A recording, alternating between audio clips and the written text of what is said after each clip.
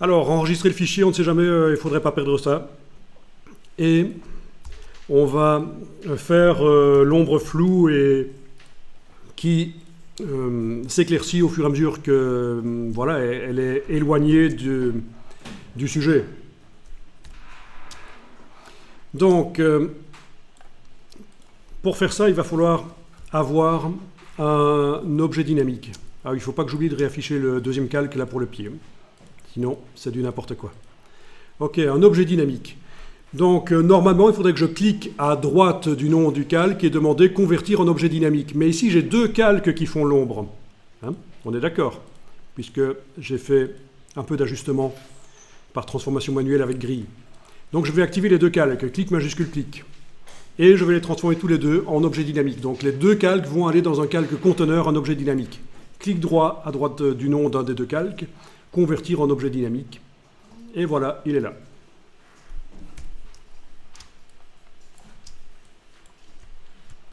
Ensuite, je vais ajouter un masque de fusion. J'ajoute un masque de fusion dans lequel je vais aller dessiner avec une brosse floue énorme ou avec un dégradé du noir au blanc. Bon, on va faire avec le dégradé du noir au blanc éventuellement. Vous avez ajouté le masque de fusion sur l'objet dynamique. Vous prenez le dégradé. Dans les options du dégradé, oui, il est derrière le pot de peinture. Ah oui, pot de peinture, c'est un outil génial. Vraiment, je vous expliquerai comment il fonctionne. Non, je rigole, ça date de la première version de Photoshop, c'est pourri. N'utilisez jamais ça. C'est comme la baguette magique. Mais vraiment, non, c'est pire. La baguette magique, ça sert parfois, mais le pot de peinture, c'est pourri. D'accord? Donc, oubliez ça. Sauf peut-être celui pour la 3D, mais en tout cas, celui-là, on oublie. Donc, c'est l'outil dégradé qui nous intéresse. Et dans les options ici du dégradé, vous avez l'éditeur de dégradé. Si vous cliquez là-dessus, ça ouvre l'éditeur de dégradé et vous pouvez créer vos propres dégradés. Ou en chargé que vous avez été chercher sur le web. Mais ce n'est pas ça que je vais faire ici, j'annule. Je ne clique pas sur le dégradé là. Je clique sur la petite flèche ici pour avoir la bibliothèque de dégradé. Et dans la bibliothèque, vous avez forcément un dégradé du noir au blanc. Ici, j'en ai un deuxième du noir au blanc parce qu'il se trouve que mes deux couleurs dans la palette des outils seront dans le noir et blanc. Enfin voilà, on va aller chercher celui-là par exemple. Et alors vous allez tracer. Voilà, vous tracez, vous voyez ce qui se passe, vous mettez un dégradé dans le masque de fusion et forcément ça masque en dégradé. Évidemment le dégradé là n'est pas bon, je vais donc devoir en refaire un. Pas besoin d'annuler avant d'en refaire un parce que le dégradé est en application normale 100%. Donc il recouvre, le suivant que je vais faire va recouvrir celui-là. Donc vous essayez dans un sens ou l'autre. Il faut parfois zoomer en arrière. Voilà. L'idée, ben voilà, c'est pas mal ça. L'idée, c'est de faire un dégradé qui a la bonne longueur, que vous avez commencé au bon endroit. Il y en a qui n'y arrivent jamais.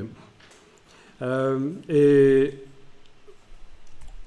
c'est pas définitif. Si c'est pourri, vous pourrez encore le modifier après.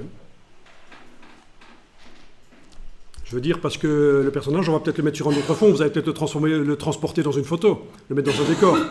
Le dégradé qu'on est en train de mettre au point, là, l'ombre, sera peut-être à modifier pour mieux s'intégrer dans l'autre photo. Ok, ça c'est une première chose, c'est arriver à faire en sorte que l'ombre soit plus claire au fur et à mesure qu'on s'éloigne. Elle est peut-être un peu trop claire d'ailleurs, je vais encore zoomer en arrière. Le zoom arrière, c'est super important en infographie. On arrive à faire des choses intéressantes quand on zoome en arrière, qu'on n'arrive pas à faire si on reste le nez collé sur la photo. Bon. Ok, on va dire que c'est bon comme ça. Ensuite, ben on va ajouter un flou sur le calque. Donc le calque est un objet dynamique. Attention, si à un certain moment Photoshop vous propose de le pixeliser, surtout ne le faites pas. Par exemple, si vous avez activé la partie gauche du calque et qu'avec un outil qui permet de modifier les pixels, vous travaillez sur l'image, que ce soit le dégradé, le pinceau, le tampon, ben voilà. Photoshop vous met impossible d'utiliser l'outil dégradé car vous ne pouvez pas modifier directement l'objet dynamique. Bon là, il ne vous a pas dit de pixeliser, mais si je prends le pinceau, à mon avis, il va me donner le très mauvais conseil de pixeliser. Donc ne le faites pas surtout, hein. Ne cliquez pas sur OK. Il faut que ça reste un objet dynamique, c'est quand même mieux. Bon, dans le cas de cette ombre ici, ce ne serait pas grave de pixeliser, mais l'utilisation générale des objets dynamiques, on ne pixelise pas. On garde les deux calques séparés à l'intérieur, là. Vous allez voir, c'est génial, les objets dynamiques. On va faire des photomontages complexes et vous allez voir que c'est absolument incroyable. Il y a eu plusieurs révolutions dans Photoshop. Version 3 de Photoshop, les calques, en 93.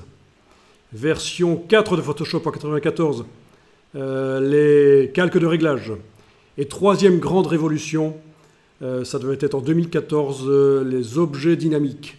3 grandes révolutions dans la manière de faire des photomontages dans Photoshop, de faire des trucages photo. Et chaque fois, on va vers le non destructif. On met en place des choses qui permettent de modifier l'aspect, mais on peut revenir en arrière, c'est du non destructif.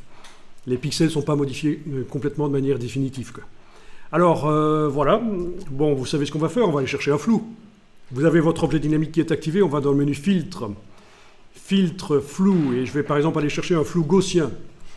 Filtre, Flou, Flou gaussien. Ok, il y en a qui ont fait des maths? Les courbes de Gauss, ça vous connaît? Non? Ok, alors c'est une image qui comporte énormément de pixels, donc je dois quand même monter assez bien pour avoir un résultat qui me plaît. Donc voilà, on voit que le calque va subir complètement un flou. Ok. Et là, vous avez, vu qu'on a appliqué le filtre sur un objet dynamique, le filtre apparaît de manière dynamique ici. Il est dans la palette des calques. Si on enlève l'œil, il est supprimé. Si on veut le modifier, on double-clique sur son nom. Voilà, c'est assez génial, quoi. Les filtres modifiables quand on les applique sur des objets dynamiques.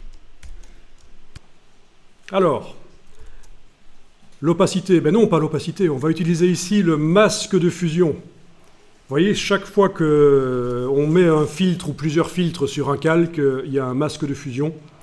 Et on va pouvoir mettre un dégradé là-dedans pour empêcher que certaines parties deviennent floues. Donc je prends le dégradé, je trace dans un sens ou l'autre. Ben voilà, c'est dans le bon sens. Vous voyez, je suis en train de mettre un dégradé dans le masque de fusion du filtre. Et j'arrive à faire en sorte qu'une partie soit floue et pas l'autre. Donc c'est exactement ce qu'on veut.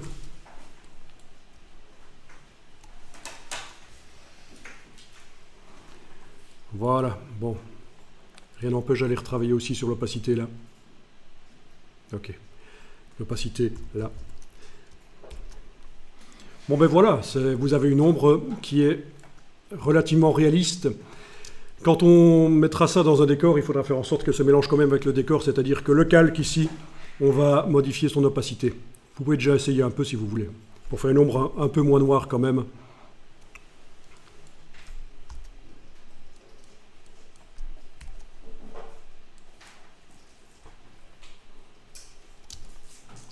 Ok, enregistrez le fichier. Est-ce que ça va jusque-là? Oui, c'est... À part ceux qui sont fatigués. Je comprends, hein, vous avez votre journée aussi derrière vous. Hein, ça, vous avez peut-être commencé à 6 h du matin aussi. Hein.